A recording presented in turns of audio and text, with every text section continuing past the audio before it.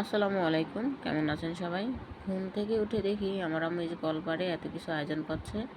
তো আমি জিজ্ঞেস করলাম আজকে আবার এত কিছু কেন আয়োজন করছে। তো আমার আম্মু বলল যে আজকে নাকি আমার খালাতো বোন আসবে তার নতুন জামাইকে নিয়ে, আবার খালাতো ভাইও আসবে তার নতুন বউকে নিয়ে। তারা এই বিয়ের পরে প্রথম আমাদের বাড়িতে আসবে।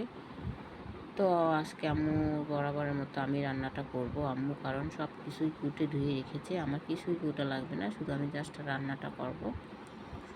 তো আম্মু বলতেছে যে আগে নাস্তাটা খেয়ে নেওয়ার জন্য, কারণ রান্না করতে বসলে আর খাওয়া যাবে না। মানে রান্না করতে গেলে আর খেতে ইচ্ছেও করে না। তো তাড়াতাড়ি আমি হচ্ছে যে একটা পরোটা খেয়ে নিলাম। তো আমার বোন আবার একটা কাঁঠাল নিয়ে আসলো ওকে এটা ছোলায় দেওয়ার জন্য। তো কাঁঠালটা ছোলাতে গিয়ে দেখি একটা অবস্থা, এই কাঁঠালের মধ্যে হচ্ছে যে একটাও কোষ ছিল না।